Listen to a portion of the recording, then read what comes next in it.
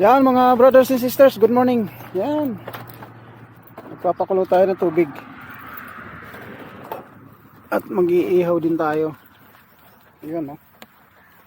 Ito yung mga iihawin natin, oh. Magpapakalaga ng itlog. Mag-ihaw tayo ng isda.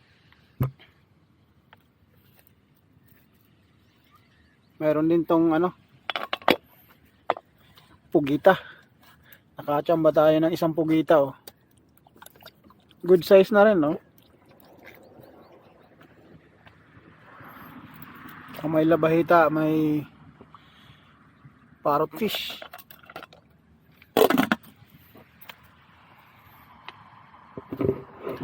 Yan, ganda, oh.